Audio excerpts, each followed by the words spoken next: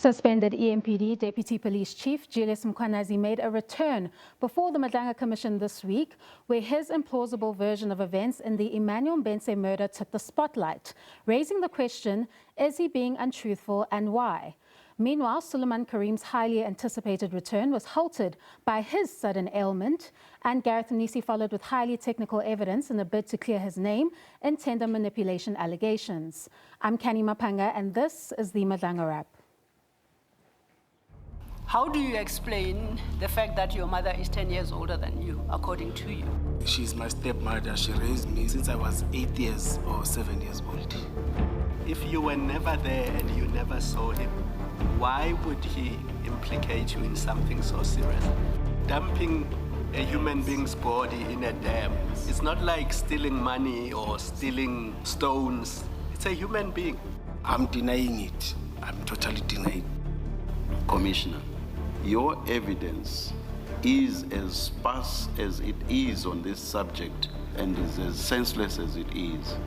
And as Commissioner Baloyi said, is as improbable as it is. You do not want to tell us what actually happened at that scene.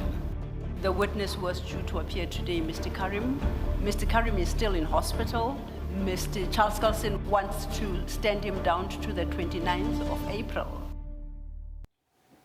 Let's begin here. News broke yesterday that the suspended EMPD Deputy Police Chief, that is Julius Mkhwanazi, who had just made another appearance before the Madlanga Commission this week, has been arrested.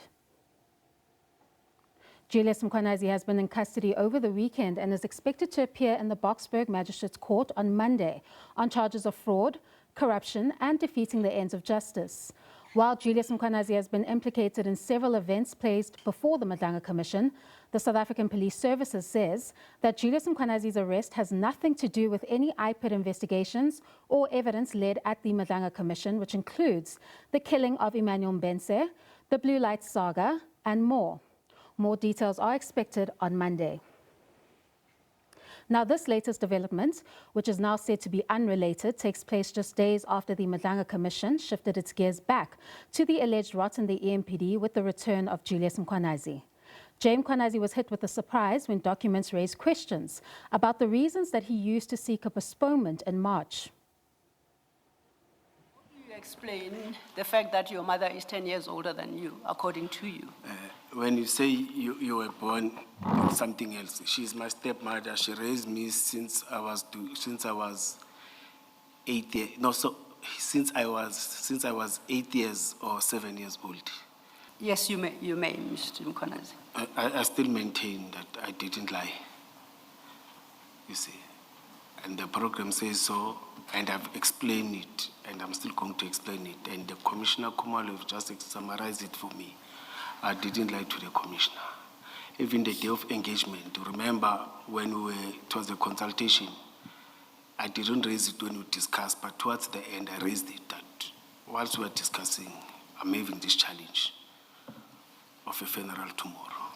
You see, if I wanted to hide, I was not even going to come to for consultation.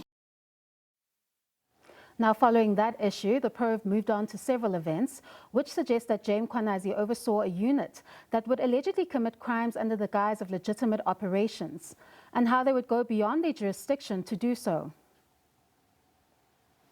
I think for now, there's no law that has challenged us. As I've said that before I joined, Is it lawful?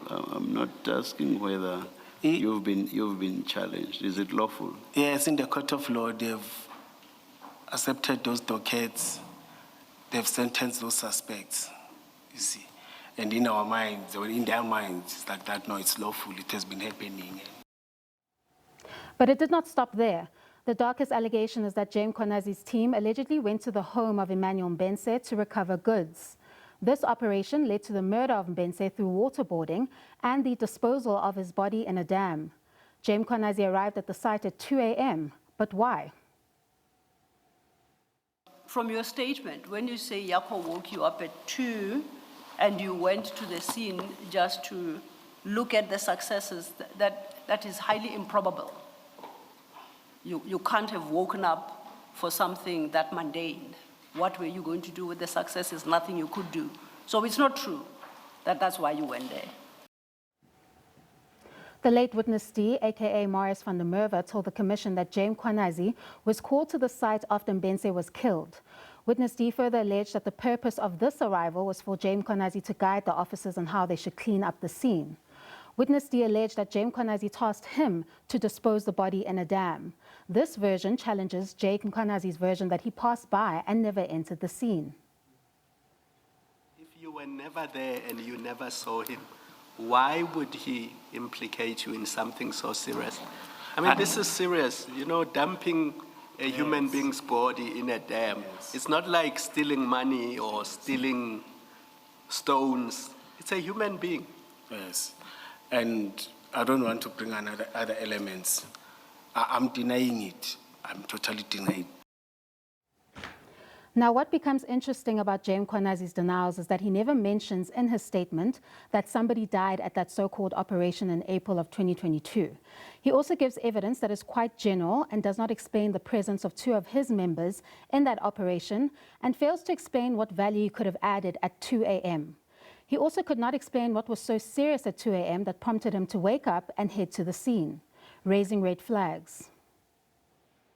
I want to suggest to you, Commissioner, that your evidence is as sparse as it is on this subject because you do not want to tell us what you actually know and what actually happened.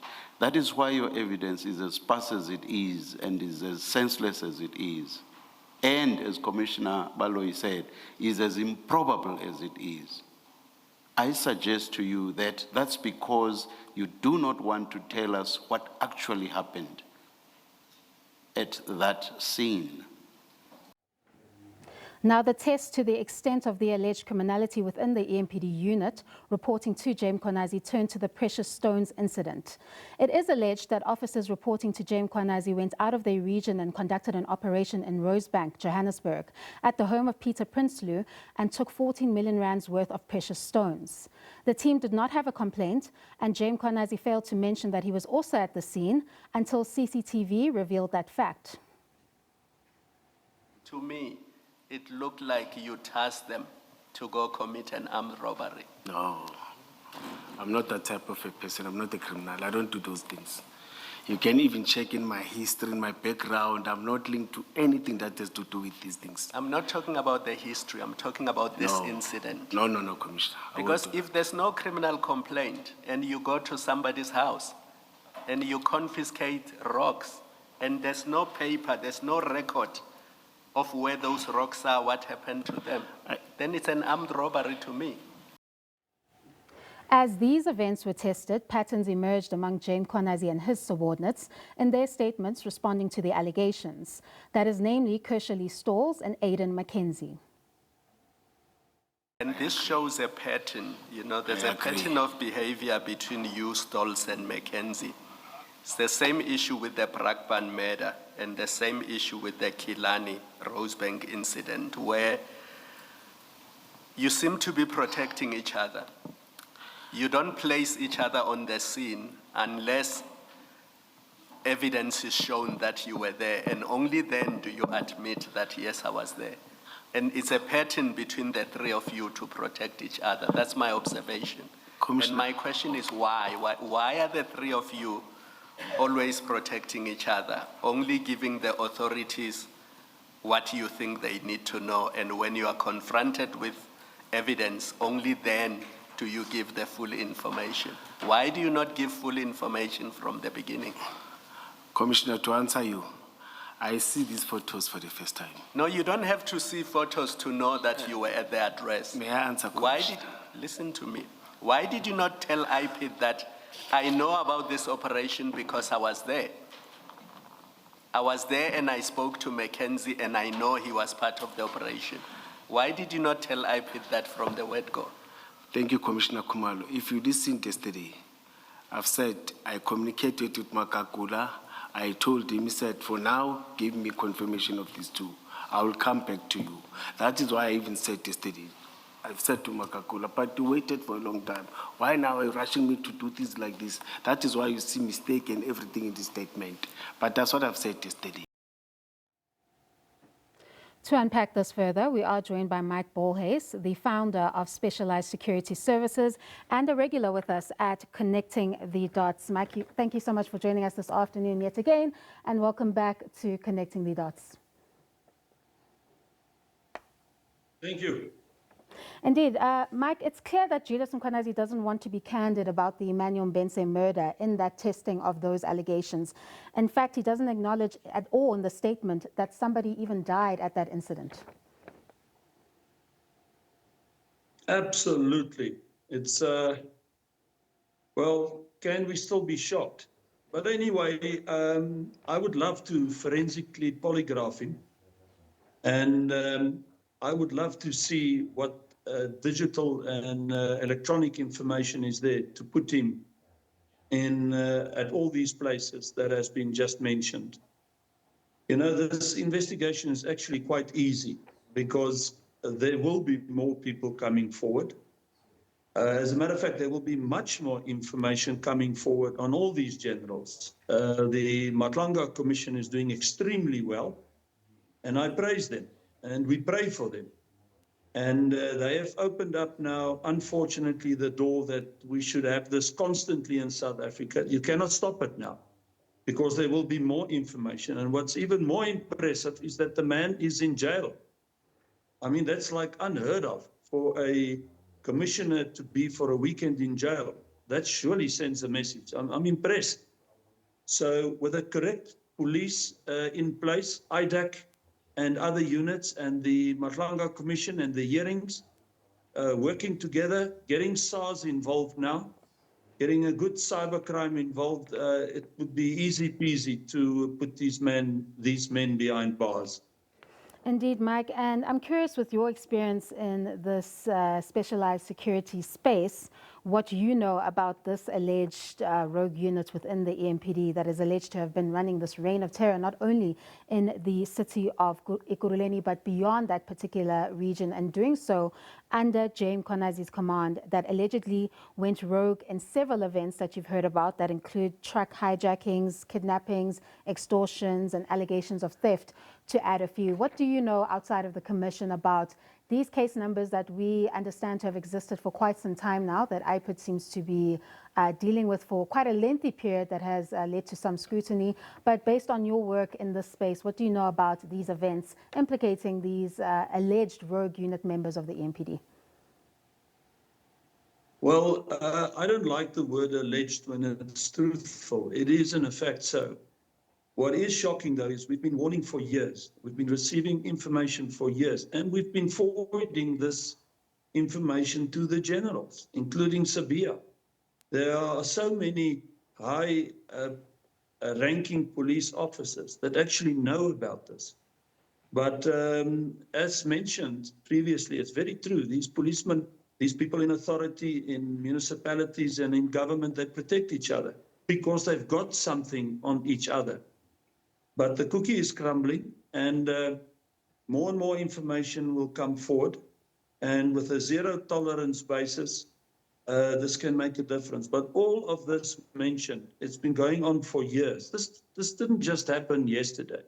And if you see Julius' answer, you can clearly see in his body language that he doesn't know what to say. He actually doesn't know how to get himself out of this. And he's one of, as so many of the people in a higher authority in our country, is in a position where he is not a policeman. He cannot do the work. So he's used this power and position, and he entered into organized crime and racketeering with others. And many of these that we've heard of, generals and other lower-ranking policemen as well. And that's how it becomes organized crime and racketeering. They will not admit. Have we had one that come forward and say, yeah, you're right, I'm sorry, I apologize, I'm coming forward, I'll give a forensic polygraph, I'll give everything on a statement for you guys, and I want to do whatever it takes to put this right. I love this country, I really want to protect and serve it, and you know, I messed up, I want to put it right. We won't get that.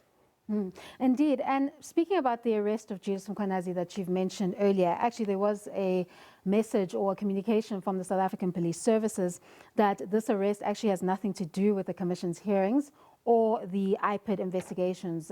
We are learning or seeing reports that IPID is actually surprised that the arrests are now taking place.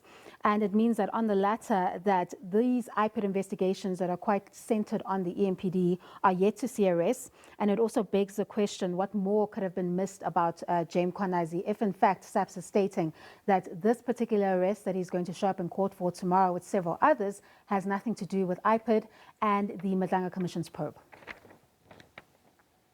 It's no problem. I'll tell you why this has happened. Since the commission has started, there's many policemen, there's many police units, there's many other cases. There could have been and is, not could have been, there is many other pending and running ongoing cases. And this has just spiked every authority that sees, here's something coming, let's get in, let's do our work, and let's do proper policing and carry on with our investigations. So it's no problem if other units, other police stations, even local police stations, and they have been jumping in and doing their work and carrying on. And Julius Mkhwanazi has been identified in the underworld and amongst all the authorities for years, being a identified commissioner criminal, being in a position, abusing his power, working together, committing all these crimes that has been mentioned here and getting away with it. But it's now taking its toll, and this will see the absolute fall. I think there's many other cases that's going to come up and forward against most of these that have been in the hearings against them very soon. All right, thank you, Mike. We have run out of time. Thank you so much for that valuable input on the arrest of Julius Mkhwanazi, as well as the evidence we've heard this week and how the two, seemingly, according to SABC, are not related in terms of the arrest that followed Julius Mkhwanazi. But we were joined by Gareth Nissi, that is the Tswane CFO, who closed the curtains on this week's hearings. Let's find out after the break what he had to say about the allegations against him.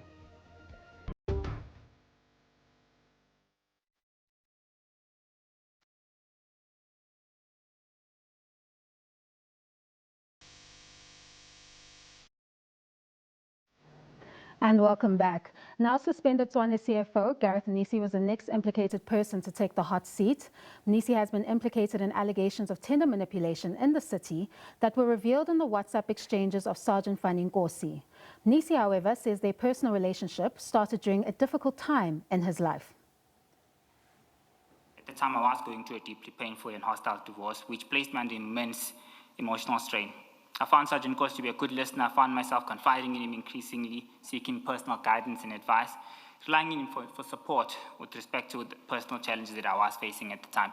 Chairperson, I felt that I could trust him and that he would not betray my confidence. It is alleged that Sergeant Nkosi, together with Mnisi and suspended TMPD Deputy Police Chief, that is Umashi Dlamini, allegedly manipulated a TMPD security tender in order to favor alleged preferred bidders, that is namely Gubi's 85 Solutions, that is owned by Calvin Mahlangu, and Ngapesheya, a security firm owned by Nkosi's brother. While WhatsApp exchanges show that alleged tender documents were exchanged between Nkosi and Mnisi, the latter denies sharing any information or trying to influence the tender outcome. 10.6 notice requests me on 2.12.4 whether I shared any information relating to tenders of TMPD 02 2016-17, TMPD 1 24-25, and TMPD 3 24-25 with Sergeant Nkosi or any other persons, including the bidders outside City of Tshwane and the TMPD in relation to. While 2.12.5 states that if the answer to the preceding paragraph is in the affirmative, please indicate what information was shared and the date and the purpose of such sharing, and information and the purpose of such sharing. Chairperson, the answer to this has been catered for on page 30, paragraph 120 for both of these paragraphs, and the answer is no.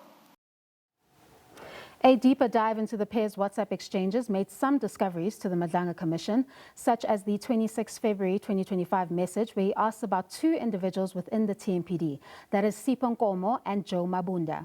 Nissi claims that he wanted to confront them about removing his VIP protection, but further information reveals that the pair were TMPD representatives on the Bid Evaluation Committee on the security tender, which is under scrutiny. Did you know at the time that Sipho Nkomo and Joe Mabunda were the only two TMPD representatives on the BEC? At the time, no, Chair, I can't confirm that. Do you know now that they were the only two TMPD representatives on the BEC for TMPD 1? I know now, Chair, that the Chief of Police and their delegates seconded these two individuals to be the specialists that the department wanted to form part of TMPD 01. Now, the Commission will continue to put Nissi to the test on Monday at 9:30 a.m. with the line of questioning suggesting that the probe is warming up on evidence that will likely challenge Nissi's firm denials to the allegations. Find out if this is the case next week on Sunday at 4 p.m. as we continue to connect the dots.